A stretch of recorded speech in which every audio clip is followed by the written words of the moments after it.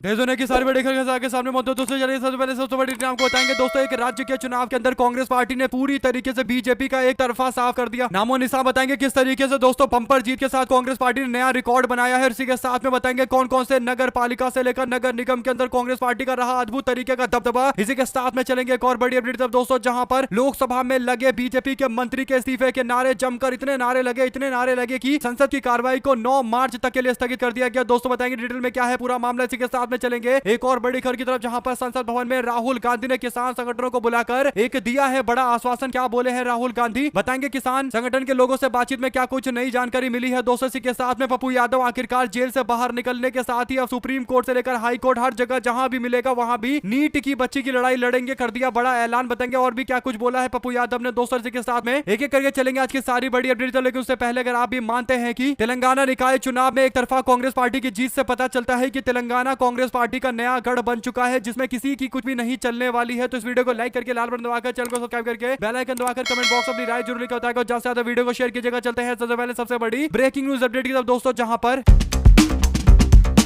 तेलंगाना के 116 नगर पालिकाओं और 7 निगमों के चुनाव को लेकर आखिरकार नतीजे घोषित कर दिए गए हैं। दोस्तों जो मीडिया रिपोर्ट में जानकारी मिली है वो ये कि सत्ताधारी पार्टी ने बैलेट पेपर से हुए चुनाव के अंदर बम्पर जीत हासिल की है। दोस्तों आपको बता दें कि जो नई अपडेट है वो ये कि तेलंगाना के नगर निकाय के चुनाव में कांग्रेस पार्टी ने 2400 प्लस सीटों में से 1300 सीटें जीतकर एक तरफा जीत हासिल की है। दोस्तों 600 सीटें बीआरएस पार्टी को, यानी दूसरे नंबर पर बीआरएस पार्टी रही है। तीसरे पर भारतीय जनता पार्टी को मात्र 236 के आसपास सीटें मिली है। और नगर निगम की बात करें तो कांग्रेस पार्टी का जबरदस्त तरीके का एक तरफा दबदबा रहा है दोस्तों। और आंकड़े कुछ इस प्रकार है कि कांग्रेस पार्टी ने नगर निगम के चुनाव के अंदर यानी म्युनिसिपल कॉर्पोरेशन के अंदर 115 सीटों में से 90 सीटों पर जीत हासिल की है, जबकि भारत राष्ट्र समिति यानी बीआरएस पार्टी को मात्र 12 सीटें मिली है। इसी तरीके से बीजेपी की बात करें तो उसको केवल 1 सीट मिली है दोस्तों। और हंग जो सीटें हैं जहां पर किसी को बहुमत नहीं मिला है, ऐसे 12 सीटें हैं। और कुल मिलाकर म्युनिसिपल कॉर्पोरेशन के अंदर कांग्रेस पार्टी ने 115 में से 90 सीटों पर एक तरफा दबदबा बनाया है और एक तरफा जीत हासिल की है। तेलंगाना के मुख्यमंत्री रेवंत रेड्डी के समर्थन में जनता पूरी तरीके से मजबूती से खड़ी नजर आई। वैसे भी अगर नगर निकाय के चुनाव में जो सत्ताधारी दल होता है उसको कुछ फायदा मिलता है, ये बात सबको पता है। लेकिन अगर एक तरफा चुनाव जीती है कांग्रेस पार्टी यानी बैलेट पेपर से चुनाव कराएगी और 115 में से 90 अगर म्युनिसिपल कॉर्पोरेशन को कांग्रेस पार्टी जीत रही है दोस्तों, तो इसका सीधा मतलब यह है कि तेलंगाना, हैदराबाद और पूरे क्षेत्र की जनता कांग्रेस पार्टी के साथ डटकर खड़ी है। और आने वाले दिनों के अंदर तेलंगाना कांग्रेस पार्टी का एक गढ़ बनेगा और ये इतना ज्यादा मजबूत होगा कि कांग्रेस पार्टी तेलंगाना से ही आने वाले कई सालों तक ऑपरेट करने वाली है। अगर आप भी मानते हैं कि कर्नाटका और तेलंगाना कांग्रेस पार्टी का अगले 20 सालों तक एक गढ़ बनने जा रहा है और इसीलिए जनता पूरी तरीके से तेलंगाना में कांग्रेस पार्टी के साथ खड़ी है और बीआरएस पार्टी धीरे धीरे करके समाप्ति की ओर पहुंच गई है दोस्तों। और बीजेपी जो सोच रही थी कि बीआरएस पार्टी अगर हटेगी तो कांग्रेस को चुनौती देने के लिए बीजेपी दूसरे नंबर की विकल्प वाली पार्टी बनकर उभरेगी दोस्तों। लोकसभा चुनाव में जो हुआ था उसी तरीके का कुछ होगा, लेकिन स्थानीय जनता ने कहा कि वो तो तेलंगाना के मुख्यमंत्री रेवंत रेड्डी या फिर बीआरएस में से किसी एक को सपोर्ट करेंगे। और आज के हालात में तो बीआरएस पार्टी को कोई पूछ भी नहीं रहा, तो केवल कांग्रेस पार्टी को सपोर्ट मिल रहा है। इसका सीधा मतलब यह है कि बीजेपी को तेलंगाना की जनता एंटी तेलंगाना मानती है और इसीलिए बीजेपी को सपोर्ट नहीं मिल पा रहा है दोस्तों। और जब तक पंचायत चुनाव में बीजेपी का ग्राफ नहीं बढ़ेगा तब तक भारतीय जनता पार्टी जितना चाहे चिल्ला ले, हकीकत यही है कि तेलंगाना के अंदर बीजेपी का ग्राफ बढ़ नहीं पाएगा। आप लोग अपनी राय जरूर लिखकर बताएगा दोस्तों। अगर आप भी मानते हैं कि तेलंगाना की जनता ने बीजेपी को एक बार फिर से पूरी तरीके से रिजेक्ट करके बाहर भेज दिया है और कहीं ना कहीं बीजेपी को केवल उत्तर भारत की पार्टी मानी गई है, तो अपनी राय जरूर लिखकर बताएगा। चलते हैं एक और अपडेट की तरफ, जिसमें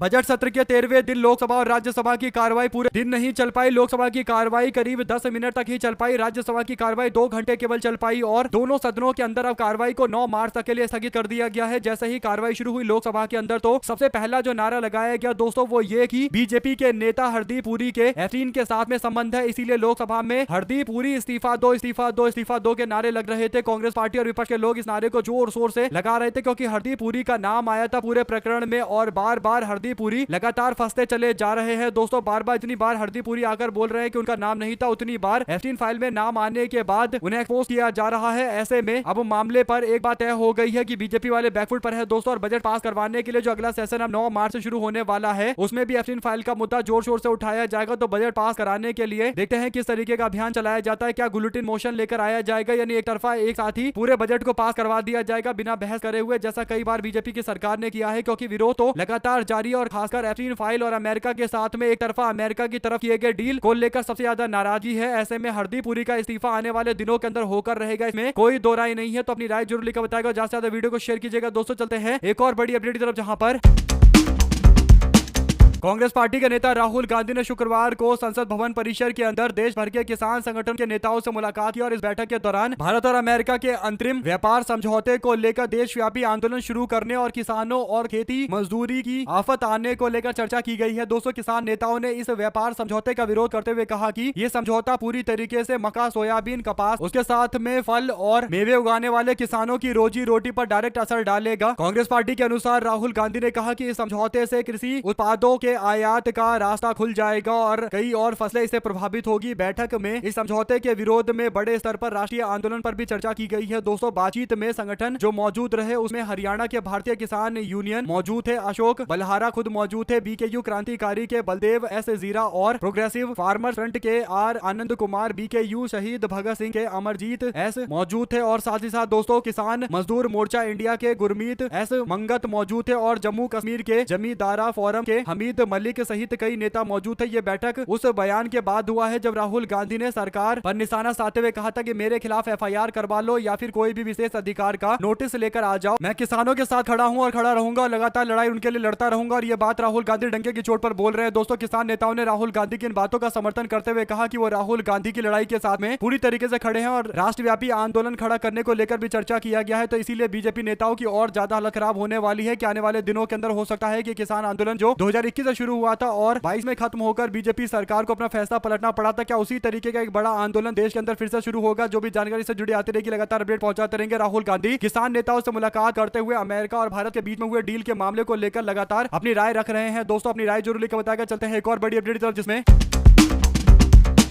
नीट छात्रा की आत्महत्या के मामले को लेकर लड़ाई लड़ने वाले पप्पू यादव को पहले जेल में भेज दिया गया था, लेकिन जब लड़ाई काफी तेज हुई दोस्तों और राहुल गांधी, प्रियंका गांधी ने इस मामले को लेकर भाजपा की नीतीश कुमार सरकार पर निशाना साधा और जल्द से जल्द रिहाई की मांग की और कांग्रेस पार्टी के कार्यकर्ताओं ने आंदोलन किया, तो तब जाकर अब 3 मामले में जमानत मिलने के बाद जेल से बाहर आ गए हैं पप्पू यादव। जैसे ही जेल से बाहर आते हैं पप्पू यादव तो कहते हैं कि मैं हाईकोर्ट या सुप्रीम कोर्ट जहां मन करेगा वहां जाऊंगा और जहां चाहूंगा वहां जाऊंगा और केस लड़ूंगा और नीट की बच्ची को पूरी तरीके से न्याय दिलवाऊंगा। अगर आप भी मानते हैं दोस्तों कि पप्पू यादव ऐसे नेता है जो कभी भी पीछे नहीं हटते और लड़ाई लड़ेंगे और कहीं ना कहीं जीत हासिल करेंगे, तो अपनी राय जरूर लिखकर बताएगा। अगर आप भी मानते हैं उनके आने के बाद कांग्रेस पार्टी के कार्यकर्ताओं में भी एक अलग तरीके का उत्साह देखने को मिलेगा, तो अपनी राय जरूर लिखकर बताएगा। चलते हैं एक और बड़ी अपडेट दोस्तों, जिसमें टीवी के नेता थालापति विजय के कार्यक्रम के दौरान एक समर्थक के मौत के मामले को लेकर कई सारे सवाल खड़े हो रहे हैं। दोस्तों, अन्ना द्रमुक यानी एआईएडीएमके ने टीवी के पार्टी पर निशाना साधते हुए कहा कि एक्टर विजय अपनी राजनीति चमकाने की कोशिश कर रहे हैं और अपने फैंस के बारे में इनको कोई चिंता नहीं है। लोग इनको सुनने के लिए आते हैं और गर्मी से मर जाते हैं, इसके बावजूद इन्हें कोई फर्क नहीं पड़ता और कई सारे लोगों की जान टीवी के पार्टी की रैली में चली गई है, जिस बात को लेकर थालापति विजय पर लगातार विपक्ष के लोग निशाना साध रहे हैं। आप लोग क्या कहना चाहते हैं, अपनी राय जरूर लिखकर बताएगा। चलते हैं एक और बड़ी अपडेट दोस्तों, जिसमें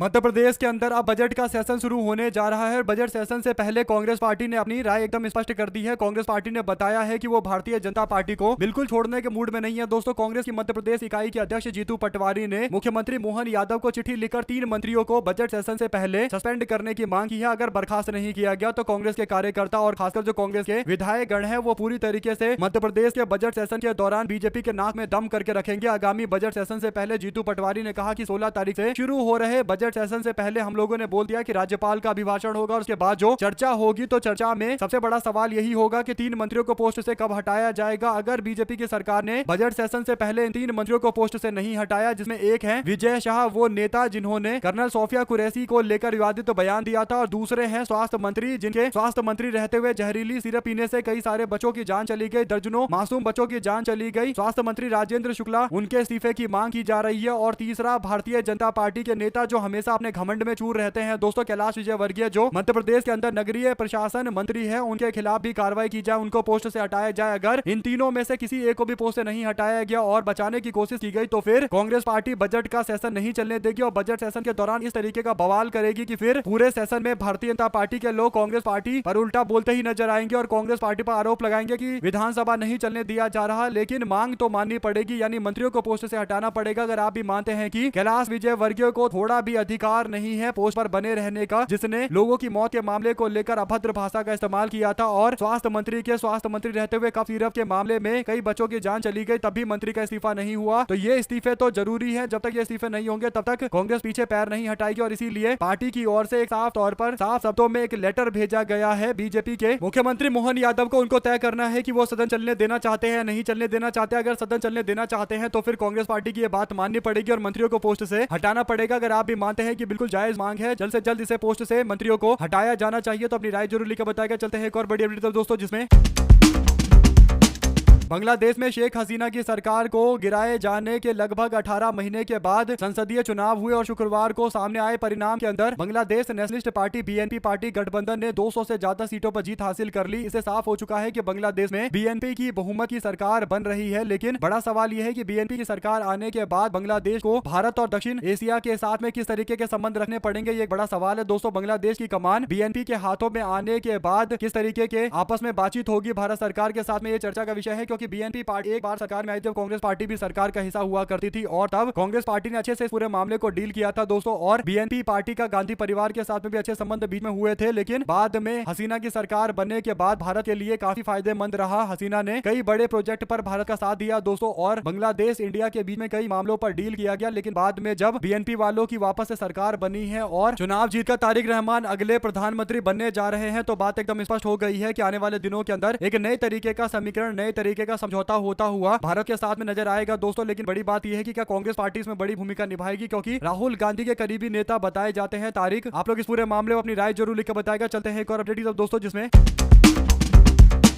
तृणमूल कांग्रेस नेता डेरेक ओब्रॉय ने वित्त मंत्री निर्मला सीतारमण के बजट भाषण में किसी भी अल्पसंख्यक समूह का जिक्र नहीं होने को लेकर आपत्ति जताई। उन्होंने कहा कि 85 मिनट का भाषण दिया हमारे देश की वित्त मंत्री निर्मला सीतारमण ने, लेकिन एक बार भी उन्होंने अल्पसंख्यक शब्द का इस्तेमाल नहीं किया, माइनॉरिटी शब्द का इस्तेमाल नहीं किया और माइनॉरिटी शेयर धारकों के संदर्भ में कुछ नहीं बोला। सभी प्रकार के सामाजिक, धार्मिक और भाषाई अल्पसंख्यकों की अनदेखी करने का सरकार पर आरोप लगाते हुए ओब्रॉय ने कहा कि सरकार की उस मानसिकता को यह दर्शाता है जो घृणास्पद अपराधों को बढ़ावा देता है। राज्यसभा में तृणमूल कांग्रेस के नेता ओब्रॉय ने कहा कि पूरे बजट भाषण में किसी भी धार्मिक, सामाजिक और भाषाई अल्पसंख्यक का जिक्र नहीं है, केवल ऐसे शेयर धारकों का ही उल्लेख है। यह उस मानसिकता को दर्शाता है जो घृणास्पद अपराध को बढ़ावा देती है। उन्होंने कहा कि यही मानसिकता अल्पसंख्यक समुदाय द्वारा संचालित विभिन्न संस्थानों के लिए विदेशी अंशदान अधिनियम को रद्द करने और राष्ट्रीय अल्पसंख्यक आयोग के एक वर्ग से कम बिना अध्यक्ष रहते जैसे कार्यों में भी झलकती है। उन्होंने कहा कि ईसाई समुदाय द्वारा संचालित 2000 से अधिक संस्थानों के लिए FCRA रद्द कर दिया गया और ईसाई समुदाय द्वारा संचालित शिक्षक संस्थानों को यानी जो एजुकेशन इंस्टीट्यूट है उसमें पढ़ने वाले 4 में से 3 अन्य छात्र होते हैं, अन्य समुदाय से आने वाले लोग होते हैं। राष्ट्रीय अल्पसंख्यक आयोग में अध्यक्ष और सदस्य के पोस्ट रिक्त पड़े हुए हैं, खाली पड़े हुए हैं। यानी अल्पसंख्यक समुदाय को लेकर बीजेपी सरकार की जो मानसिकता है उसको एक्सपोज करते हुए ओब्रॉय ने कई बड़ी बात कही है दोस्तों। कुल मिलाकर बीजेपी सरकार से उन्होंने कई सारे सवाल भी पूछे और एक्सपोज भी किया है। अगर आप भी मानते हैं कि जरूरी है कि भारतीय जनता पार्टी की सरकार के द्वारा जो अल्पसंख्यक समुदाय को लेकर एक अलग तरीके का रवैया अपनाया जाता है उसको सबके सामने एक्सपोज किया जाए और सही सवाल उठाया है ओब्रॉय ने। आप लोग इस पर क्या राय देना चाहते हैं दोस्तों, लिखकर जरूर बताएगा। चलते हैं एक और अपडेट की तरफ, जहां पर chief of defence staff general Anil Chauhan ने एक बड़ा दावा किया है। वो कहते हैं कि इंडिया वांटेड स्टेबिलिटी, यानी इंडिया चाहता था कि स्थिरता हो और नेहरू तिब्बत देना चाहते थे चाइना को। यानी तिब्बत पर जो चाइना का क्लेम हुआ, बाद में चाइना ने तिब्बत में आकर घुसपैठ करा और तिब्बत को पूरी तरीके से कब्जा लिया था, जिसका विरोध भारत ने बाद में किया दोस्तों। और बाद में इंडिया और चाइना का जो वॉर हुआ था उसके पीछे एक बड़ा कारण ये भी था। ऐसे में अब जो दावा कर रहे हैं chief of defence staff Anil Chauhan की नेहरू चाहते थे कि तिब्बत को चाइना को दे दिया जाए, सवाल सबसे बड़ा यह है दोस्तों कि आर्मी के लोग इस तरीके का बयान नहीं दे सकते। अमूमन ये पॉलिटिकल स्टेटमेंट माना जाता है और अगर कोई आर्मी चीफ इस तरीके का बयान दे रहा है तो कहीं ना कहीं राजनीतिकरण भारत की सेना का हो चुका है, इस तरीके के संकेत मिलते हैं और कहीं ना कहीं ये आर्मी के डिसिप्लिन के लिए भी गलत है। अगर आप भी मानते हैं कि आर्मी वालों को, खासकर जो आर्मी के हेड होते हैं, उनको इस तरीके के राजनीतिक टिप्पणियां नहीं करनी चाहिए। नेहरू ने क्या बोला था, नहीं बोला था, ये पॉलिटिकल डिबेट होता है दोस्तों। लेकिन इसके बावजूद अगर आर्मी चीफ इस तरीके की बातें करेंगे तो कहीं ना कहीं राजनीति में उनका दखल माना जाएगा और आर्मी चीफ को इन बातों से दूर रहना चाहिए। अगर आप इस बात से इत्तेफाक रखते हो तो कमेंट बॉक्स अपनी राय जरूर लिखकर बताएगा। जाएगा दोस्तों। और राजनीतिकरण कम से कम सेना का तो बिल्कुल नहीं होना चाहिए। चलते हैं एक और बड़ी अपडेट की तरफ, जिसमें प्रधानमंत्री नरेंद्र मोदी के कार्यालय का उद्घाटन हुआ दोस्तों। और कार्यालय का नाम रखा गया सेवा तीर्थ और कर्तव्य भवन बताकर 1 व 2 का उद्घाटन हुआ। इसके बाद प्रधानमंत्री ऑफिस अब साउथ ब्लॉक से यहां पर शिफ्ट हो गया है। इसके बाद नरेंद्र मोदी भाषण देते हुए कहते हैं कि पुराने भवनों से कई अहम फैसले जुड़े थे, उन्हें तोड़ने के बजाय म्यूजियम बनाया जाएगा ताकि नई पीढ़ी इतिहास को समझे। आप लोग अपनी राय जरूर लिखकर बताएगा प्रधानमंत्री नरेंद्र मोदी के ये जो नए तरीके के म्यूजियम बनाने का ऐलान किया गया है दोस्तों। चलते हैं एक और बिग न्यूज अपडेट की तरफ, जहां पर प्रवर्तन निदेशालय यानी ईडी के जॉइंट डायरेक्टर रवि तिवारी का वीरवार को चेन्नई तबादला कर दिया गया। उनकी जगह पर अतिरिक्त डायरेक्टर दिनेश परचूरी को नियुक्त किया गया दोस्तों। ये प्रशासनिक बदलाव ऐसे समय में हुआ है जब पंजाब के पूर्व मुख्यमंत्री कैप्टन अमरिंदर सिंह और उनके बेटे रणिंद्र सिंह से जुड़े विदेशी बैंक के खातों से लेन देन के मामले को लेकर जांच को लेकर नोटिस भेजा गया था। गौरतलब है कि इसी प्रकरण में रवि तिवारी के नेतृत्व में ईडी ने अमरिंदर सिंह और रणइंद्र सिंह को समन जारी किया था। बुधवार को रणइंद्र सिंह को जालंधर के अंदर ईडी कार्यालय में पेश होने के लिए बोला गया था, लेकिन वे निर्धारित समय पर उपस्थित नहीं हुए थे। सूत्रों के मुताबिक उनकी ओर से दस्तावेज औपचारिक तौर पर नहीं दिया गया है, जिस बात को लेकर और ज्यादा सवाल खड़े किए जा रहे हैं। कुल मिलाकर दोस्तों नोटिस जब बीजेपी के नेता को दिया गया तो उसके बाद तबादले को दोनों मामले को जोड़कर देखा जा रहा है। और कहीं ना कहीं ये तबादला क्या इसलिए किया गया है कि एकमात्र बीजेपी के नेता को इतने दिनों के बाद नोटिस दिया गया, एक संस्थान के द्वारा, एक जांच एजेंसी के द्वारा जो अपने आप को स्वतंत्र बताती है, लेकिन कितना स्वतंत्र है आप लोग जानते हैं। और जब एक नोटिस सर्व किया गया तो उस व्यक्ति को ही ट्रांसफर कर दिया गया। ये तो साफ तौर पर संस्थानों पर बीजेपी सरकार के दबाव को दिखाता है। आप लोग अपनी राय जरूर लिखकर बताएगा। चलते हैं एक और अपडेट की तरफ, जिसमें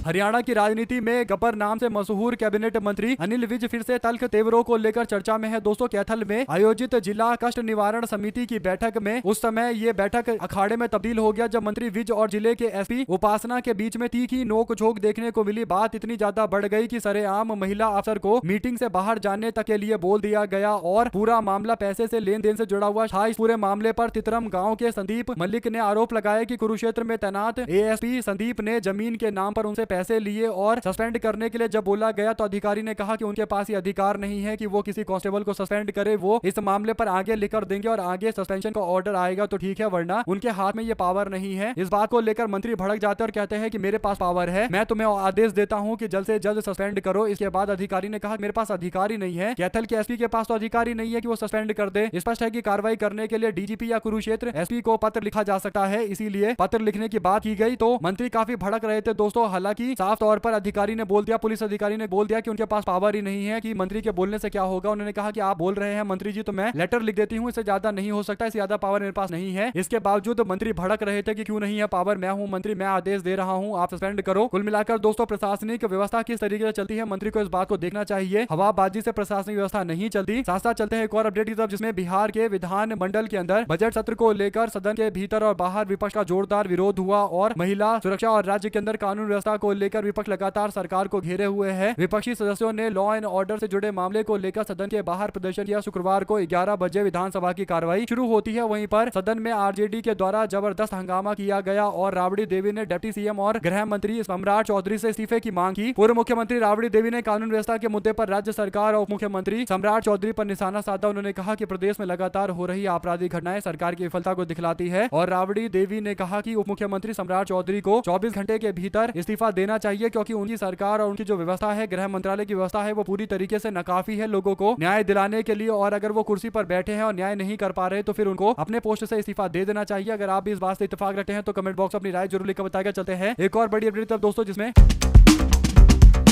बांग्लादेश के अंदर नई सरकार बनने को लेकर सत्ता परिवर्तन होने को लेकर एक अपडेट है दोस्तों की बीएनपी 2 दशक के बाद सत्ता में आई है। सत्ता परिवर्तन 17 साल के लंबे समय के बाद हुआ है तो तारिक रहमान सत्ता में वापसी कर रहे हैं। ऐसे में प्रधानमंत्री नरेंद्र मोदी ने तारिक रहमान से बातचीत की है, जीत की बधाई दी है और प्रधानमंत्री के बयान के बाद बीएनपी की तरफ से भी प्रतिक्रिया सामने आई है। बीएनपी के स्थायी समिति के सदस्य नजरुल इस्लाम ने कहा कि नरेंद्र मोदी ने जनता के फैसले को मान्यता दी है। आपको बता दें कि बांग्लादेश के चुनावी नतीजों पर प्रधानमंत्री नरेंद्र मोदी ने कहा कि वो विकास के साझा लक्ष्यों को आगे बढ़कर पाना चाहते हैं और इसके लिए उनके साथ काम करने के लिए उत्सुक है। मोदी ने सोशल मीडिया मंच एक्स पर लिखा कि बांग्लादेश के संसदीय चुनाव में बीएनपी को निर्णायक जीत दिलाने के लिए मैं तारिक रहमान को हार्दिक बधाई देता हूं। प्रधानमंत्री ने कहा कि रहमान जीत ने उनके नेतृत्व में बांग्लादेश की जनता का भरोसा प्राप्त किया है और प्रधानमंत्री नरेंद्र मोदी कहते हैं कि भारत लोकतांत्रिक प्रगति और समावेशी बांग्लादेश के प्रति अपना समर्थन जताता है। बांग्लादेश में हुए आम चुनाव में बीएनपी ने सरकार को जीत का दावा यानी सरकार बनाने का दावा किया है जीत के बाद और इसका नेतृत्व रहमान खुद करने वाले हैं। ऐसे में दोस्तों भारत की क्या भूमिका होगी, ये बड़ा सवाल है, क्योंकि जब तक शेख हसीना सरकार में थी तब तक भारत अच्छा खासा प्रभाव बांग्लादेश पर रखता था और बांग्लादेश के साथ में भारत के इतने अच्छे प्रभाव होते थे दोस्तों की भारत बांग्लादेश में जो चाहे वो कर सकता था और एक तरीके से भारत के लिए बांग्लादेश कभी कोई खतरा नहीं बना, क्योंकि हसीना हमेशा से सरकार समर्थन यानी भारत सरकार समर्थन रही है। लेकिन बाद में हसीना को भागना पड़ा, तो उसके बाद अब नए नेता बीएनपी के नेता तारिक रहमान जिम्मेदारी संभालेंगे। ये कितना भारत के साथ में चलेंगे, ये बड़ा सवाल है जिसे लेकर चर्चाएं तो चली रही है। आप लोग अपनी राय जरूर लिखकर बताएगा दोस्तों, और अगर आप भी मानते हैं कि कहीं ना कहीं मामला काफी गंभीर है तो अपनी राय जरूर लिखकर बताएगा। और बांग्लादेश से आपको क्या उम्मीद है, क्या कुछ बदलेगा दोस्तों, क्योंकि अलग अलग पार्टियों के द्वारा अलग अलग तरीके का रवैया अपनाया जाता है। खासकर बांग्लादेश को लेकर कांग्रेस पार्टी हमेशा से अवामी लीग के साथ में रही है, यानी शेख हसीना के साथ में रही है। बीजेपी की सरकार बनने के बाद अवामी लीग के साथ में थोड़े संबंध खराब हुए थे, लेकिन फिर भी ठीक थे ओवरऑल। लेकिन बाद में अब जो बीएनपी पार्टी आई है तो देखना होगा किस तरीके का संबंध होता है। जो भी जानकारी से आती रहेगी जुड़ी हुई आप तक लगातार पहुंचाते रहेंगे। साथ साथ चलते हैं एक और बड़ी अपडेट तरफ दोस्तों, जिसमें